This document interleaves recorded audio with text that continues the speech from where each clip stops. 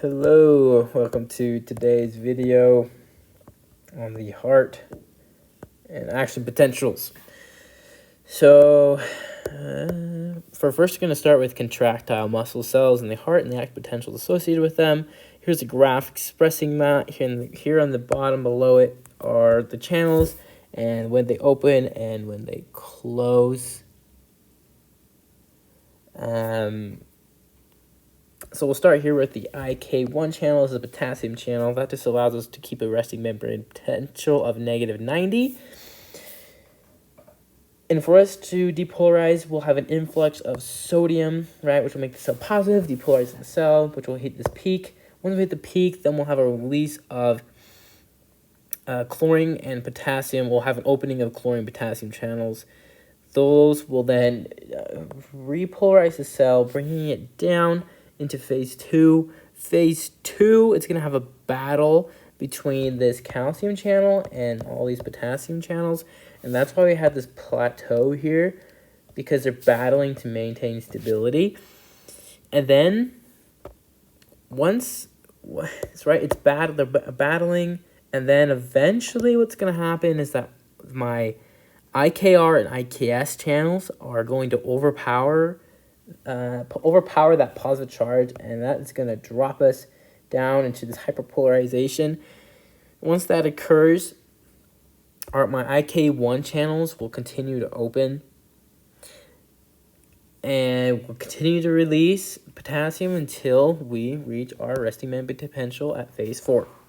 So that's just contractile cells, super easy. Something that you should know is that there's an IK-ATP channel, which is usually used during times of hypoxia in the heart.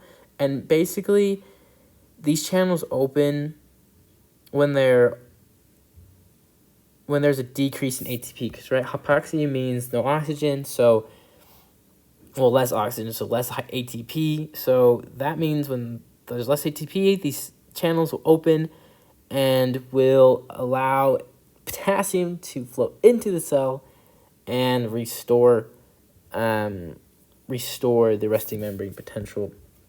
Here is a a pacemaker cell or auto cell. Basically, what's going to happen, we could start, I don't know.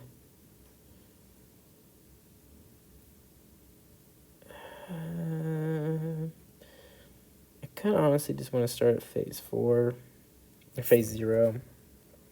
So in phase 0, once we reach our threshold, we'll have a spike because calcium's entered the cell. Once that reaches its limit, we'll have IK channels open, which helps us hyperpolarize. Once we start hyperpolarizing,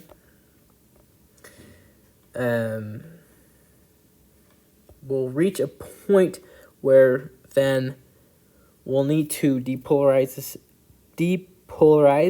into phase 4. So we'll have a opening of the KATP channels, right, which open when there's hyperpolarization occurring. This hyperized polarization will cause potassium channels to open, which then will bring us further down hyperpolarized. Then what allows us to get out of that area is this calcium channel, which will raise us up to that threshold, and then we'll spike again. And that is just a rough overview of those channels there. Now we're going to talk about our ECG tracing and the different waves associated with that. I just drew a little diagram here, but I'll walk through it with you. So first, in our P wave, we'll have atrial depolarization caused by the SA node firing and SA contraction. Then we'll move on, so right in here. Then that signal will start right here in the atrioventricular septum. that will begin, and because it's a negative going to, this all right here is negatively charged. Negative going to a negative, we'll have a drop as seen here in the Q wave. But as that as it spreads, the action potential spreads, will then go more towards the positive charge. And once we reach the positive charge, that means we'll have a crazy spike representing our R wave. Then once we reach that, we'll actually start crawling up the walls of the ventricles, and this will cause us to actually shift towards the opposite direction just super slightly, right? And that will bring us to the S wave, and that will shoot us back up to then meet our T wave. And our T wave is just finishing things off, and we'll actually eventually go in the opposite direction to repolarize the ventricles, and potassium efflux return cells to the resting state. So that's how we get this guy here. Now we're going to talk about non-STEMI and STEMI. So basically what happens in N-STEMI or non-STEMI is that we have hypoxic cells, and the hypoxic cells are negative, right? So because they're negative, it's gonna mess up with our S wave, and it's gonna cause ST depression. Okay, it's gonna alter our baseline. As seen here, the S wave, right, as we talked earlier, is when ventricular repolarization starts from the endocardium to the epicardium. Yeah. And because it's a positive to a positive, and then there's negatives in this blockage. I don't know if you can see that. There's negatives here. We're going to extend this S wave here, and it's going to look a little wonky, but then it'll fix itself. But that's just non-STEMI. That's just a small blockage or a small portion of hypoxia in the ventricular wall. SD elevated is a lot worse. It's STEMI, and the entire thickness of the wall has been affected, as shown here. And this is going to cause an ST elevation, and it's going to cause a transmural infarction, and this lowers the baseline, so that it actually looks elevated, but in reality, the baseline is lowered here. Okay. Now we're going to talk about some receptors. This one's a lot longer, so you kind of got to just hang in there. We're going to talk about beta-1 receptors. So basically, we have epinephrine. Epinephrine is going to come in. It's going to bind to a beta-1 receptor. Beta-1 receptor is going to release an alpha subunit. Alpha subunit is going to bind to acetyl cyclase. That's going to produce C-amp or activate C-amp. That's going to activate pKa. Now we're going to have four different, 1, 2, 3, this is about my third, 4 different pathways that we can follow. Starting with the first, so the pKa is actually going to phosphorylate troponin, and it's going to pull off the calcium quicker off the troponin and actually increase our relaxation time. So basically, just think about that. If we have an increased relaxation time, we won't contract as hard. Second one is that it's going to affect our L-type calcium channels, and it's going to have it's going to open our L-type. We'll open our L-type calcium channels more. So this means that we're going to have an increase of calcium, and then this will induce calcium from the SR, and it's going to increase contractility.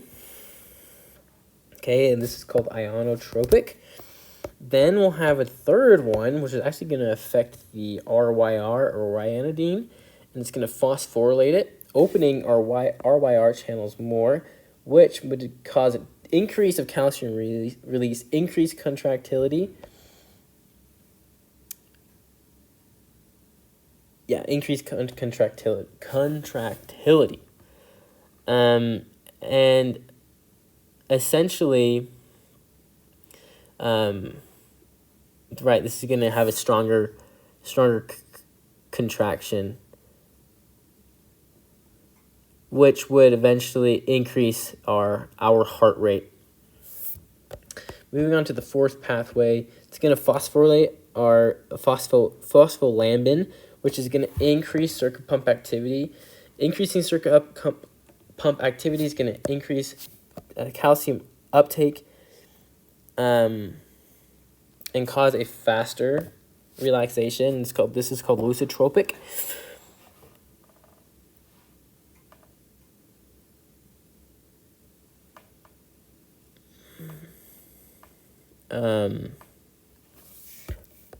Now we're going to move on to M2 receptors. So basically, acetylcholine from the parasympathetic nervous system is going to bind to my M2 receptor. Alpha subunit will be released. It's going to inactivate acetylcholine esterase, which is going to produce less CAMP, produce less pKa, lower our threshold, steepen the slope at phase 0, or here, excuse me, which will essentially decrease our heart rate. That's kind of what we need to know. Okay, because there's less, right, there's that option.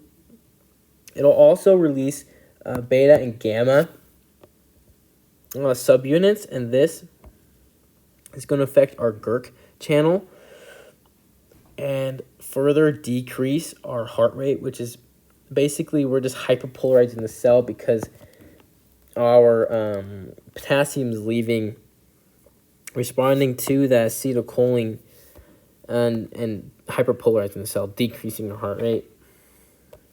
Then we'll have an increase in HCN channels. HCN channels means just influx of sodium. So that means we're going to have a sharper slope at phase 4. I don't know if you remember. Phase 4. Not that one. Yeah, that one. So we're going to have a sharper increase here at phase 4.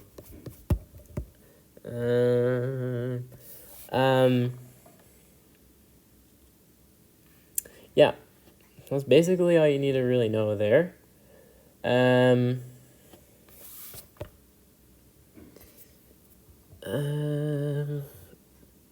Now we're going to talk about just kind of muscle contractions and how that works. So basically, we're going to have calcium from the extracellular space come in, and it's going to activate this L-type calcium channel. L-type calcium channels will open.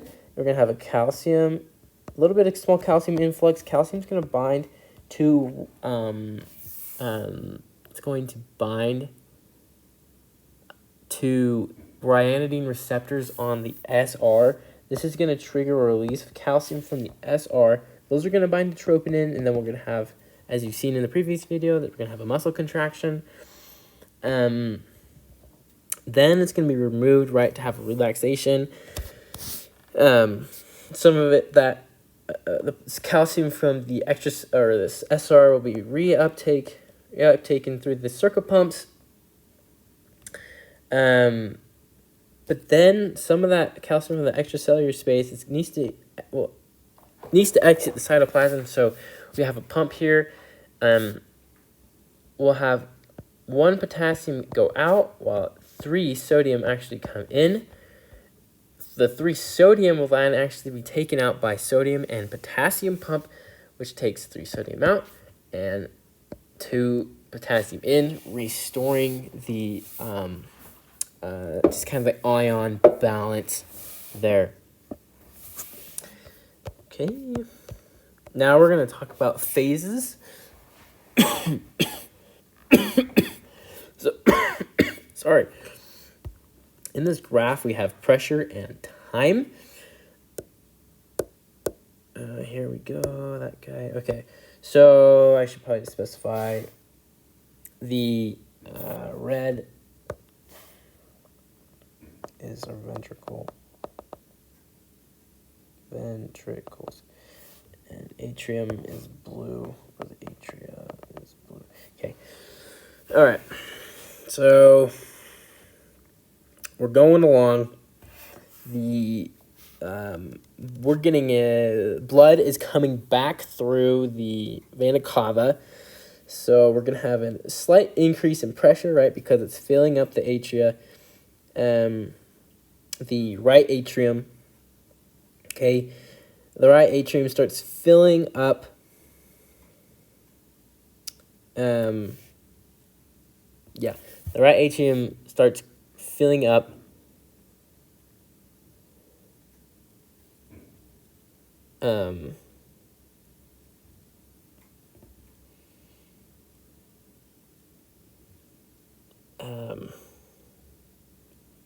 Okay, right.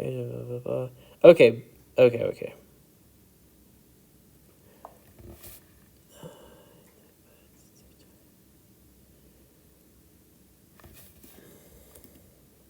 One second. I believe there's something wrong with my chart here. I apologize.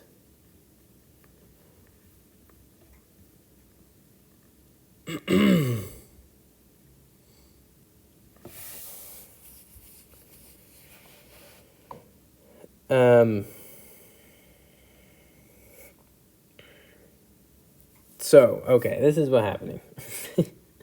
I'm just all confused here. So what's going to happen, this is actually when the left atrium, blood is coming from the pulmonary veins into the left atrium.